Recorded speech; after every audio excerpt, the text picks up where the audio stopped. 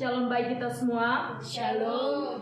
Sebelum kita mendengarkan firman Tuhan, kita angkat lagu pujian dari Kidung Jemaat nomor 427, Ku Suka Menuturkan.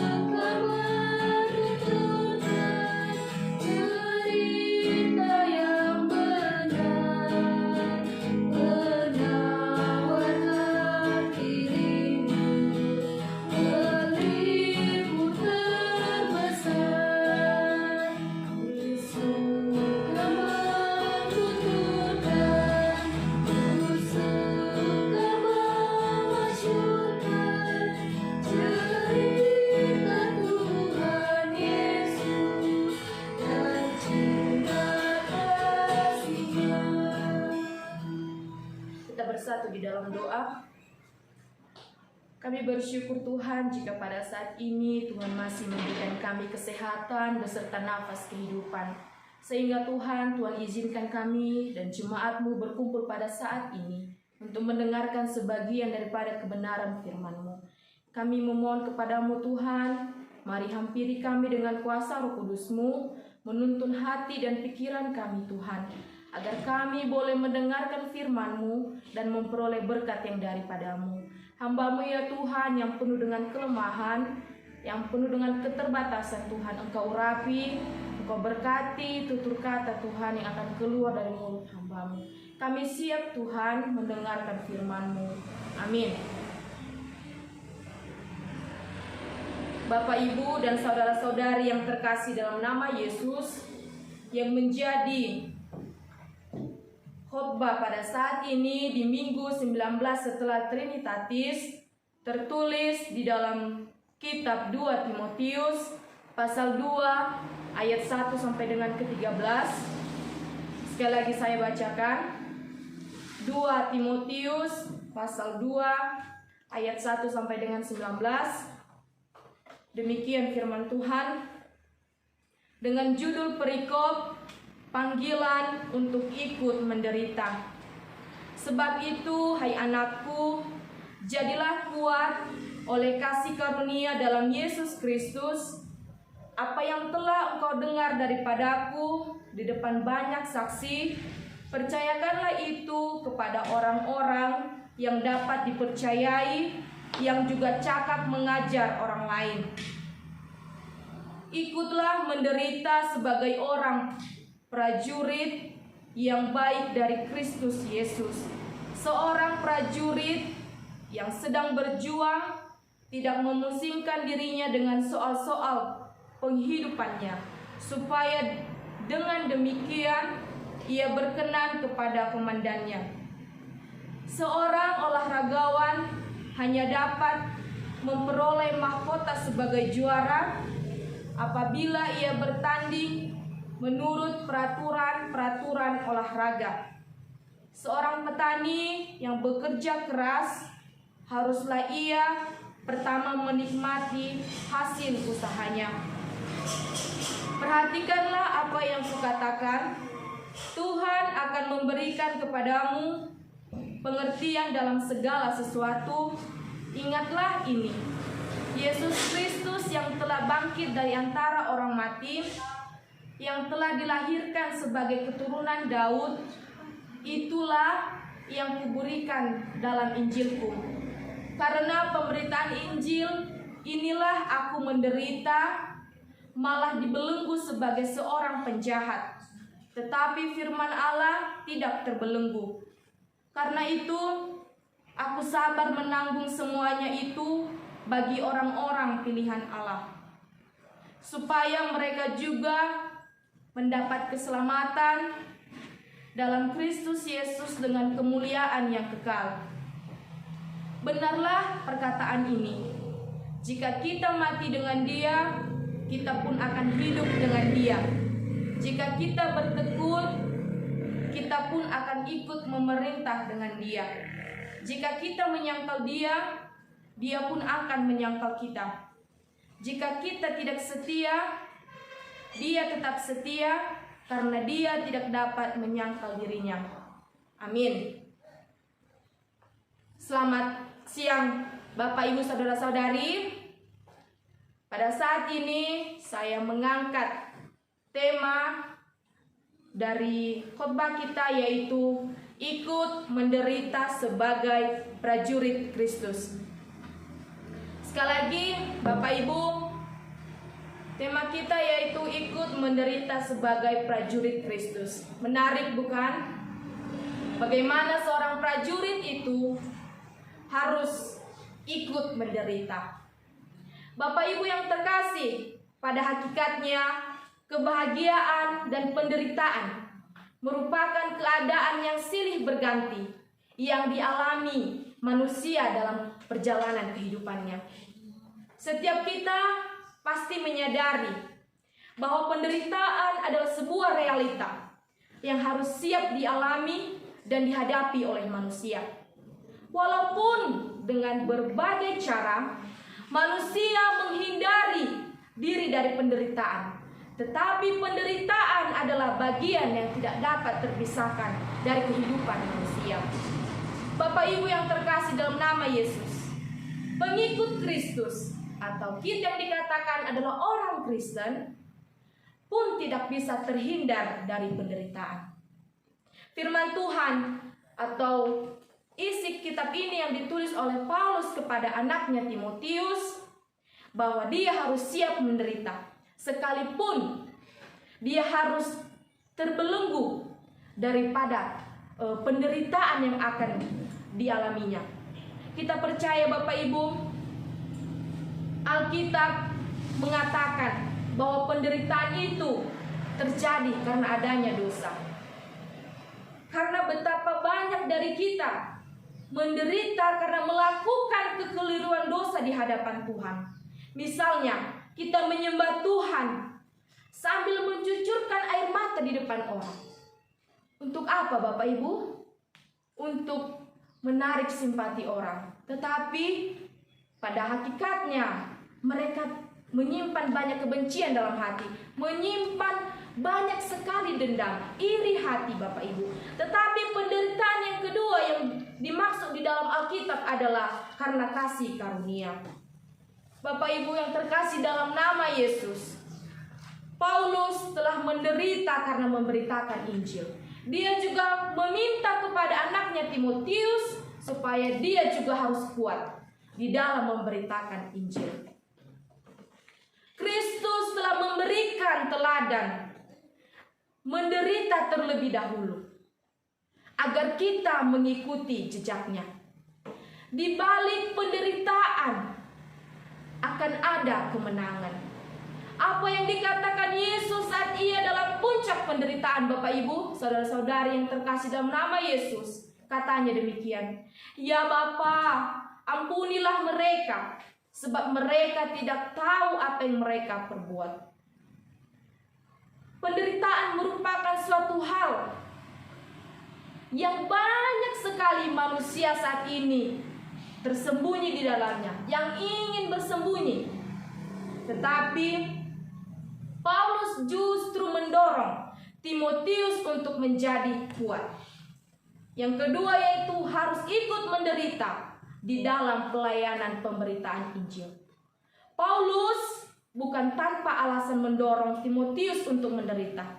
Dasar alasan Paulus adalah kasih karunia Allah di dalam Yesus Kristus. Inilah yang dimaksud Paulus Bapak Ibu dengan panggilan untuk ikut menderita, yaitu sebuah panggilan yang menderita bagi Kristus, bukan bagi manusia. Karena menderita yaitu menyampaikan kebenaran Injil yang menjadi saksi tentang hidup dalam iman kepada Yesus Kristus, bukan penderitaan yang dibuat sendiri akibat mengejar kesenangan akibat daripada murka Allah. Bukan penderitaan karena berbuat kejahatan, bukan penderitaan karena hidup di luar kehendak Tuhan, tetapi Bapak Ibu menderita karena berbuat kebenaran dan hidup sesuai dengan kehendak Tuhan. Karena itulah Bapak dan Ibu, Paulus memberikan nasihat kepada Timotius untuk menjadi kuat, bukan karena kehebatan dan kekuatannya sendiri, tetapi kuat oleh kasih karunia di dalam Yesus Kristus. Pertanyaan Bapak Ibu, mengapa Timotius juga pengikut Kristus harus menderita seperti dia untuk memberitakan Injil Kerajaan Allah? Seorang teolog, Kazuo Hitomori, mengatakan bahwa hakikat Allah adalah penderitaan. Tidak ada keselamatan tanpa salib. Karena itu, mari mencoba melihat gaya hidup Yesus yang diteladani oleh Paulus, yaitu mereka tahu bahwa mengajarkan sesuatu yang benar, ada yang menerima dan ada juga yang tidak menerima atau bahkan menolak dan menentang, sekalipun resikonya adalah menderita atau bahkan mati. Tetapi Bapak Ibu, mereka tetap menyampaikan kebenaran. Karena itu juga Paulus dan Timotius menyadari konsekuensi ini. Bahkan Paulus juga mendorong Timotius untuk tetap teguh di dalam pelayanannya. Paulus memberikan 3 gambaran kepada Timotius tentang bagaimana menjadi kuat di dalam penderitaan, yakni Bapak Ibu, yang pertama, seorang prajurit yang baik yang berjuang dengan komitmen penuh dengan bertekun kepada komandannya. Dalam hal ini Timotius berjuang untuk menyenangkan Kristus, yaitu pemiliknya. Yang kedua Bapak Ibu, seperti seorang olahragawan yang bertanding sesuai aturan memperoleh mahkotanya. Kita mengetahui bahwa seorang olahragawan yang memulai dengan sungguh-sungguh dan bertanding sampai akhir dan menerima mahkota kejuaraannya. Yang ketiga, seperti seorang petani yang bekerja keras dan menikmati hasilnya. Dan seterusnya adalah Yesus Kristus pernah menderita, tetapi kemudian menerima kemuliaan yang kekal. Bapak Ibu yang terkasih dalam nama Yesus, ketika masuk dalam penderitaan, bagaimana kita sebagai seorang umat yang percaya dalam nama Yesus, bagaimana sikap yang harus kita sikapi Bapak Ibu? Kita yang pertama harus meneladani seorang prajurit yang siap berjuang. Karena kita tahu Bapak Ibu, seorang prajurit adalah jika berperang tempatnya adalah di depan. Kami percaya bahwa seorang prajurit jika mundur, kami percaya bahwa timnya akan kalah. Tetapi jika prajurit itu kuat, prajurit itu siap untuk berjuang, siap untuk berperang, Bapak Ibu, pasti akan memiliki kemenangan yang akan dia dapatkan. Yang kedua Bapak Ibu, bagaimana sikap kita dalam menghadapi penderitaan adalah bagaimana kita tidak memusingkan diri dengan soal-soal keduniawian. Artinya kita bersyukur apa yang kita miliki pada saat ini. Yang ketiga adalah Bapak Ibu, kita harus tetap sabar seperti seorang petani yang menunggu hasil daripada tanamannya. Tapi kita percaya bahwa seorang petani adalah seorang yang pertama menikmati hasil daripada usahanya. Bapak Ibu yang terkasih, oleh sebab itu kami dapat menyimpulkan bagaimana sikap kita agar kita kuat dalam penderitaan sebagai murid Kristus atau sebagai prajurit Kristus adalah kita harus kuat oleh kasih karunia di dalam Yesus Kristus yang terdapat di dalam ayat 1. Dan kedua, kita harus sabar menanggung semuanya bagi orang-orang pilihan Allah. Yang ketiga, kuat dalam pengharapan di dalam 2 Timotius pasal 2 ayat 10. Bapak Ibu yang terkasih, pada saat ini, pada era ini, banyak sekali yang menggoncangkan iman kita. Terlebih-lebih adalah penderitaan. Nasihat Paulus kepada Timotius masihlah sangat relevan. Kita juga harus benar-benar menjadi prajurit Kristus yang tangguh menghadapi berbagai macam tantangan, persoalan, dan masalah kehidupan. Seperti seorang prajurit yang berjuang melakukan yang terbaik untuk menyenangkan tuannya, kita pun terpanggil senantiasa fokus sepenuhnya kepada Tuhan. Karena kita percaya Bapak Ibu, tujuan kehidupan kita adalah memuliakan nama Tuhan. Pada saat ini saya ingin memberikan ilustrasi Bapak Ibu bagaimana kita menjadi seorang prajurit yang menderita tetapi akan menerima mahkota kemuliaan pada akhirnya, yaitu berakit-rakit dahulu, berenang-renang ke tepian. Artinya Bapak Ibu bersakit-sakit dahulu dalam memberitakan firman Tuhan dan akan bersenang-senang kemudian kita mendapatkan mahkota kemuliaannya. Sungguh hidup kekristenan membutuhkan perjuangan dan hidup yang keras. Tetapi apapun penderitaan, tantangan dan pergumulan, jangan takut untuk menghadapinya. Asalkan penderitaan karena Kristus. Tetaplah kuat dan ikutlah dalam penderitaan karena pemberitaan Injil. Penderitaan yang kita alami karena namanya tidak akan sia-sia Bapak Ibu. Tuhan menjamin dengan kesetiaannya, Ia akan menyertai kita. Bapak Ibu yang terkasih dalam nama Yesus, kami percaya yang menjadi kesimpulan bahan khotbah kita pada saat ini, yaitu memang untuk menjadi prajurit yang benar-benar tangguh di akhir zaman ini tidaklah mudah. Ada harga yang harus kita bayar. Seorang prajurit yang masih harus disibukkan dengan urusan pribadi dan mengesampingkan perkara-perkara rohani yang tidak akan berkenan kepada Tuhan. Banyak orang Kristen Bapak Ibu yang tidak lagi mengutamakan Tuhan dalam hidupnya.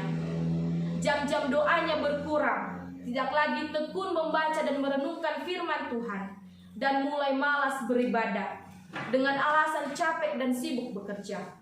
Sangatlah berbahaya jika seorang prajurit telah kehilangan fokus saat berperang, meski itu hanya sesaat saja.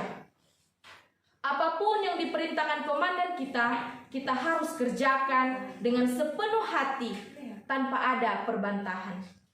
Bila sampai saat ini kita masih belum merasakan penderitaan Kristus, sesungguhnya kita belum menjadi pengikutnya.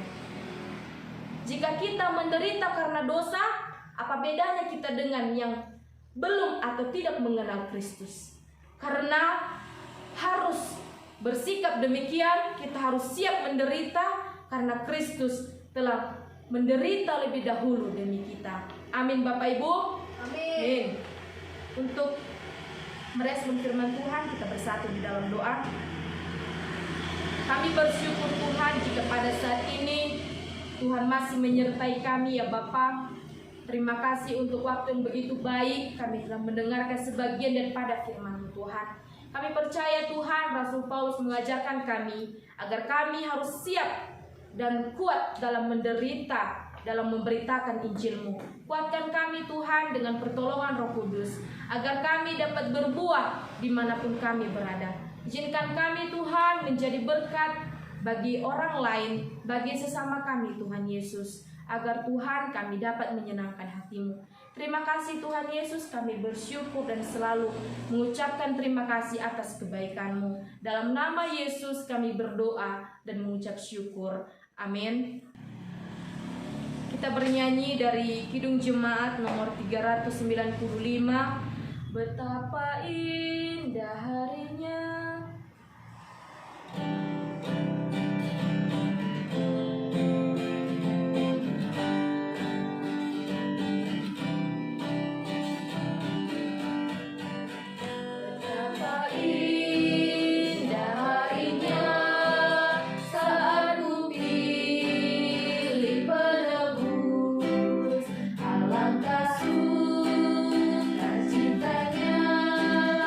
Ku memberitakan